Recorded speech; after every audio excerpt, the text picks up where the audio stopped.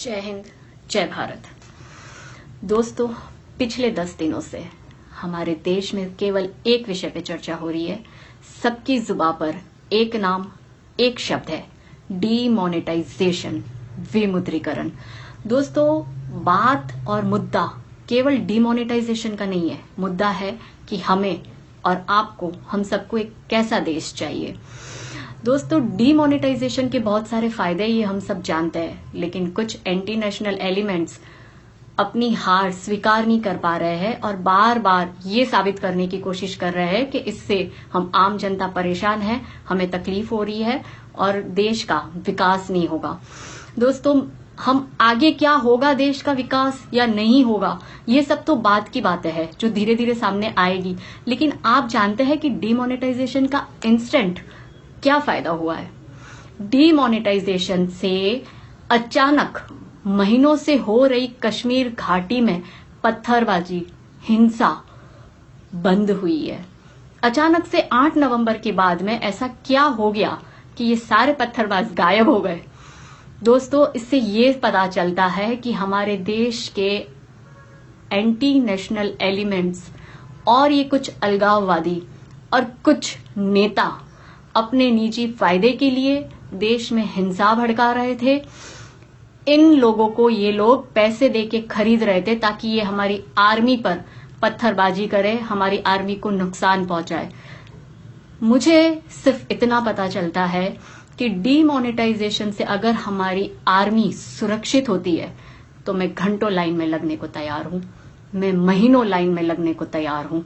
हम सब ने देखा है कि हमारी आर्मी एलओसी पे कितनी जूझ रही है।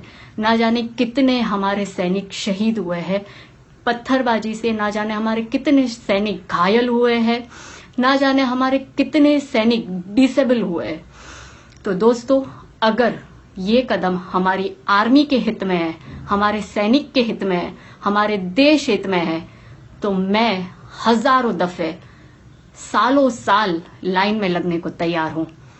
कश्मीर का जीवन फिर से धीरे धीरे महीनों बाद अब नॉर्मल होता जा रहा है। स्कूलें खुल गई है, बच्चे बेफिक्र होकर एग्जाम्स देने जा रहे हैं। रेल सेवाएं जो 5 महीनों से ठप पड़ी थी वो शुरू हो गई है। आपको क्या लगता है दोस्तों, क्या ये सब नेचुरली हो रहा था? जी नहीं, ये करवाया जा रहा था। हमारे देश में बैठे वो जयचंद जो इस देश की इकोनॉमी को बढ़ने देना नहीं चाहते, वो ये सब करवा रहे थे। दंगे भड़काना, हिंसा भड़काना, ये तो जैसे मानो इन लोगों का नेचर सा हो गया है। ना जाने ये जयचंद इतने सालों से क्यों हमारे देश में हैं और हम लोग इन लोगों को क्यों अब तक बर्दाश्त कर रहे हैं, ये सबसे बड़ा सवाल है। डीमोनेटाइजेशन से दोस्तों, दाऊद इब्राहिम का रातों रात सारा धंधा, सारा काला धंधा जो हमारे देश में वो चौड़ा होकर कर रहा था, वो बंद हुआ है। आतंकवादी एक्टिविटी, मॉइस्ट एक्टिविटी, नक्सलवाद, ब्लैक मनी, फेक करेंसी जो पाकिस्तान से हमारे देश में भेजी जा रही थी, इन सब पर कंट्रोल हुआ है। डीमोनेटाइजेशन से हम आम जनता खुश है, हमारी आर्मी खुश है, देश के सारे ईमानदार लोग खुश है और ये कुछ चंद नेता, बड़ी तकलीफ हो रही है उनको। वो नहीं कहते चोर मचाए शोर, ये नेता लोग हम आम जनता और उनका नाम लेके ये कह रही है कि हम आम जनता परेशान हैं। हमारे कंधे पे ये लोग बंदूक चला रहे हैं और इन्हें कब से हम आम जनता की चिंता होने लग गई भाई। मैं इन पॉलिटिशियंस को पूछती हूं कि आपने कभी 70 सालों में आम जनता के बारे में सोचा? देश में इतनी आतंकवाद फैला रखा है, आपने कभी उसके लिए कोई स्टेप लिए? अरे आप लोग तो सर्जिकल स्ट्राइक पे क्वेश्चन कर लेते हो, टेररिस्ट का एनकाउंटर होता है उसमें आपको क्वेश्चंस होते हैं। आप लोगों को आज तक इशरत जहां बेटी लगती है, अफजल गुरु आप लोगों को क्रांतिकारी लगता है, बुरहान वानी आपको गरीब हेडमास्टर का बेटा और फ्रीडम फाइटर लगता है। आप लोग आस्तीन के सांप हो, जिस थाली में खाते हो उसी में ही छेद करते हो। पाकिस्तान की सरपरस्ती करते हो आप लोग। भारत तेरे टुकड़े होंगे जो नारे लगाते हैं वो कन्हैया और गैंग, इन लोगों में आप लोगों को अपना भाई नजर आता है। बाटला हाउस एनकाउंटर आप लोगों को फेक लगता है। कश्मीरी अलगाववादी, ये यासीन मलिक और गिलानी जैसे लोगों को आप लोग समर्थन करते हो, भारत माँ को लज्जित करते हो आप लोग, हमारे देश पे बहुत बड़ा कलंक हो आप लोग, आस्तीन के सांप हो आप लोग। सिमी टेररिस्ट एनकाउंटर पर आप सवाल उठाते हो, हमारे देश के डीजीएमओ और आर्मी से आप लोग सर्जिकल स्ट्राइक के प्रूफ मांगते हो, वोट बैंक की राजनीति करते हो, परिवारवाद की राजनीति करते हो, धर्म और जाति के नाम पर आप लोग राजनीति करते हो, स्टूडेंट की मौत पर आप लोग सियासत करते हो। भारत में रह के भारत माता की जय बोलने से आप लोगों को तकलीफ होती है, शहीद की शहादत पर आप लोगों को कभी दुख नहीं हुआ है।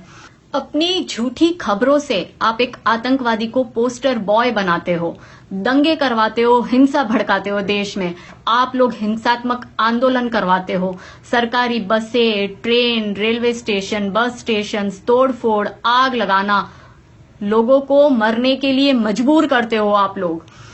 2G घोटाला, CWG घोटाला, लैंड स्कैम, अगस्ता वैली, ना जाने कितने स्कैम्स करे, आप लोग स्कैमस्टर्स हो, करप्ट पॉलिटिशियन। और अब आप लोगों को हम लोगों की फिक्र है। बंद करिए अपना ये नाटक, ये जनता सब जानती है। अगर आप सोचते हो कि जनता भूल गई है तो हमारे दिल में और हमारे दिमाग में आपकी सारी हरकतें फिट हो गई है।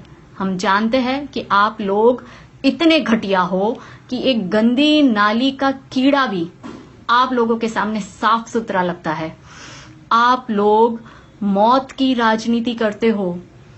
आप लोग हमारी चिंता मत करिए। अपनी ब्लैक मनी, अपने काले धंधे, अपना स्मगलिंग और ड्रग्स का धंधा, हवाले का धंधा, ये सारी आपकी गलत एक्टिविटी बंद हो रही है, इसलिए आपको तकलीफ है। हम आम जनता को कोई तकलीफ नहीं है, तो मेहरबानी कर हम लोगों का नाम ना तो आप लीजिए, ना ही आप इस्तेमाल करिए। और मैं उन मीडिया के रिपोर्टर को खास करके कहती हूँ जो झूठी और फेक न्यूज बना रहे हैं, अपने पॉलिटिकल सपोर्टर पार्टीज के कार्यकर्ताओं को आप लोग जानबूझ के बिजनेसमैन दिखाते हो और उनके फेक इंटरव्यूज करवाते हो। ये चंद मीडिया के गद्दार लोग घर घर माइक लेके जा रहे हैं, जिन घर में शादी है वहां पे ये कहलवा रहे दुल्हन के मुंह से कि वो लोग तकलीफ में। अरे भाई, हमारे इतने आर्मी के जवान शहीद हो गए, आप कभी उनके घर में गए?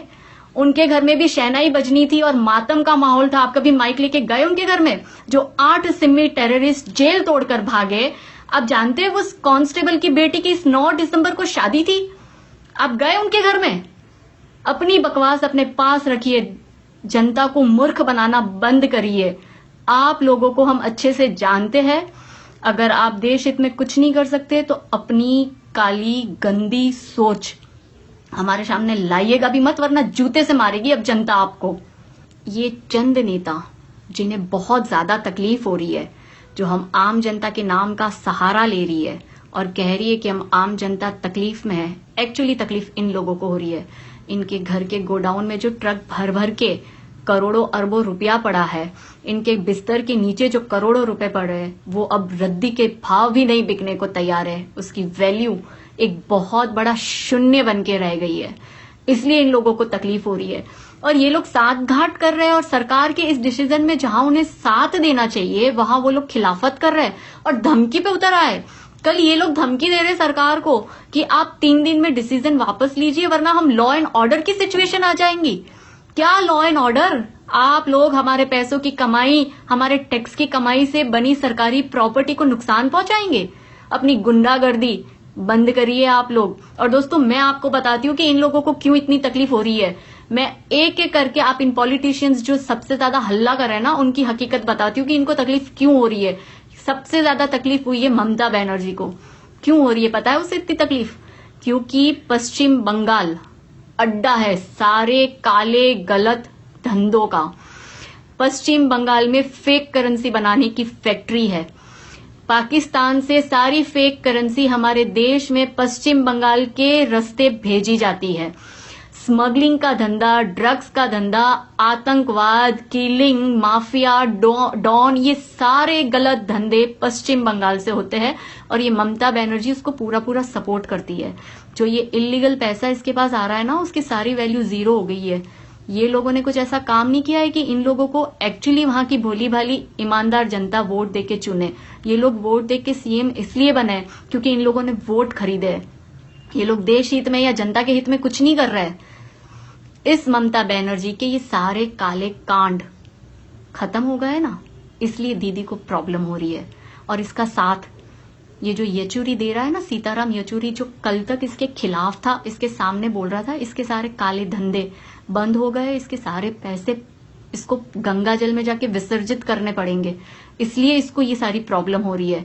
ये अरविंद केजरीवाल, अरे ये केजरीवाल भ्रष्टाचार और ब्लैक मनी का नाम लेके दिल्ली की कुर्सी हथिया के बैठा है। जहां इसको ब्लैक मनी के खिलाफ मोर्चा करना चाहिए था, वहां वो डिमोनेटाइजेशन के खिलाफ मोर्चा कर रहा है, ममता को लेके और दूसरे ग्रुप को लेके। दिल्ली तो तुझसे संभलती नहीं है। जब डेंगू और चिकनगुनिया से लोग मर रहे थे तब तो तू अपनी जुबान का ऑपरेशन करवाने बेंगलोर चला गया था। तेरे सारे नेता वहां फिनलैंड में रंगलेलिया मना रहे थे। ये तेरे नेता हिमाचल टूर पे उस वक्त चले गए थे। ये केजरीवाल को मोदी मोदी बोलने से जो विदेशों से फंडिंग मिलती है ना, उसकी वैल्यू जीरो हो गई है। चंदा मांग मांग कर जो इसने पैसा इकट्ठा करा है ना, उससे इसको प्रॉब्लम हो गई है। काम तो ऐसा कुछ किया नहीं कि इसको अब जनता वोट देके फिर से चुने, और वोट खरीदने के लिए अब इनके पास में पैसे नहीं रहे, टिकटें बेचने के अब इनको पैसे कौन देगा, इसलिए इसको तकलीफ हो रही है। बीवी को VARS दिलवा दिया है, खाने के लाले पड़ने वाले हैं इसको अब, इसलिए इसको इतनी तकलीफ हो रही है और इसलिए इतना हल्ला कर रहा है। मैं दिल्ली की जनता से प्लीज अनुरोध करती हूँ, इसकी बातों में मत आओ। जहां आपको ये दिखे ना वहां से दूर हो जाओ, जूते मारो इसको। ये इतना घटिया गिरा हुआ आदमी, इतना घटिया सीएम आज तक इंडियन हिस्ट्री में कभी नहीं हुआ है, जिसे अपने काम के अलावा सारे कामों में इंटरेस्ट है। और खास करके देश हित की अगर कोई बात कर लेना तो उसमें इसको सबसे बड़ी तकलीफ है। दोस्तों, ये मुलायम, अखिलेश यादव और मायावती, इन्हें अब आम जनता की चिंता है। इन लोगों ने कभी दलित राजनीति और मुस्लिम वोट बैंक पॉलिटिक्स के अलावा तो कुछ सोचा नहीं। अब इन्हें आम जनता की चिंता लग रही है। वहां पे बलात्कार होता है तो ये अखिलेश यादव और मुलायम सिंह यादव ये कहते हैं कि बच्चों से गलती हो गई। इस अखिलेश यादव को ये ब्लैक मनी रखना फंडामेंटल राइट्स रखता है। अरे भाई, मैं तुमसे पूछती हूँ, ब्लैक मनी रखना फंडामेंटल राइट्स है? फेक करेंसी देश में डिस्ट्रीब्यूट करना फंडामेंटल राइट्स है? हमारे सेना के जवान वहां पर आतंकवादियों से जूझ रहे हैं, उन्हें मरते छोड़ देना फंडामेंटल राइट्स है? ये स्कैमस्टर्स, ये सारे घोटाले, ये सारे गलत धंधे, इन लोगों के पैसे जो मार्केट में घूम रहे हैं, उन्हें सुरक्षित रखना क्या फंडामेंटल राइट्स है? ये बड़े बड़े तुम लोगों के ये हवालों के धंधे जो धड़ल्ले से चल रहे हैं, ये फंडामेंटल राइट्स है? आप लोगों के लिए ये फंडामेंटल राइट्स होंगे, हम लोगों के लिए नहीं है। आप लोग इतने घटिया, इतने गिरे हुए हो कि आप लोग एक्चुअली ईमानदारी से कभी जीत के सीएम नहीं बन सकते। आप लोगों ने वोट खरीदे और अब आपको तकलीफ इसलिए हो रही है क्योंकि यूपी के चुनाव सिर पर है और वोट तो आपको कोई देगा नहीं, ऐसा काम किया नहीं है, और ईमानदारी से जीत के आप लोग आने नहीं हो। अपनी परिवारवाद की राजनीति से आप लोग कभी ऊंचे नहीं आते, धर्म की राजनीति करते हो, वहां पे सियासी रोटियां सेकते हो। बलात्कार, दंगे, कहीं भी किसी का भी मर्डर हो रहा है, कोई पुलिस कंप्लेन नहीं, कोई FIR नहीं, किसी का कोई भी नहीं, मतलब खुलेआम लोग बंदूक तान के किसी को कहीं भी मार के चले जाते हैं। ये है तुम्हारी यूपी की हालत। और देखो यूपी की जनता किसको चुना है। अब जग जाओ, संभल जाओ, इन जैसे लोगों को मार कर भगाओ यूपी से। ये एक नंबर के करप्ट गद्दार नेता है, जिनको ये सीएम की कुर्सी मिल गई है तो देश का विकास और यूपी का विकास कभी नहीं होना है। राहुल गांधी, P चिदम्बरम, दिग्विजय सिंह और ये कांग्रेस पार्टी, इन सबको क्यों तकलीफ हो रही है दोस्तों जानते हो? 2G scam, CWG scam, Agusta Westland, कोयला घोटाला, NH स्कैम, लैंड स्कैम और ना जाने कितने स्कैम इन स्कैमस्टर्सों ने करे हैं। और 70 साल से हम लोगों का जो खून चूसा इन्होंने और जितनी काली कमाई इन लोगों ने इकट्ठी करी है ना, एक झटके में वो सारी कमाई रद्दी हो गई है। इसलिए इन लोगों को तकलीफ हो रही है। नौटंकी करते हो तुम, 4 करोड़ की गाड़ी में 4,500 एक्सचेंज करवाने आते हो, क्या साबित कर रहे हो?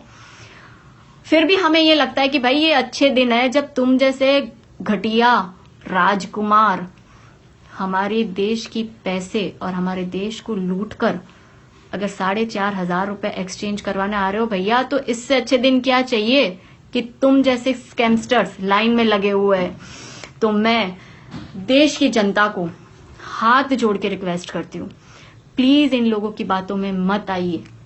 ये मीडिया आप लोगों को फेक न्यूज दिखा रही है कि लोग परेशान हो रहे हैं, लोग तड़प रहे हैं, मुश्किलों का सामना कर रहे हैं, शादियों में प्रॉब्लम है, ये वो फलाना, ये सब बातों में मत आओ।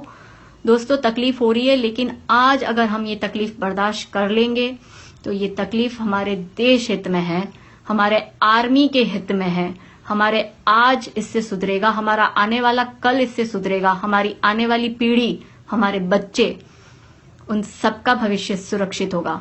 तो ये चंद दिनों की तकलीफ दोस्त उठा लीजिए और थोड़ा सा बर्दाश्त कर लीजिए। प्लीज स्टेप बैक मत करिए, गिव अप मत करिए, लड़िए और मिलकर लड़िए। हम सब मोदी जी के इस फैसले में उनके साथ है और मैं मोदी जी से कहूंगी कि हम आम जनता आपके साथ है। और इन नेताओं को कहती हूं कि आप लोगों से जो बन पड़े ना कर लो।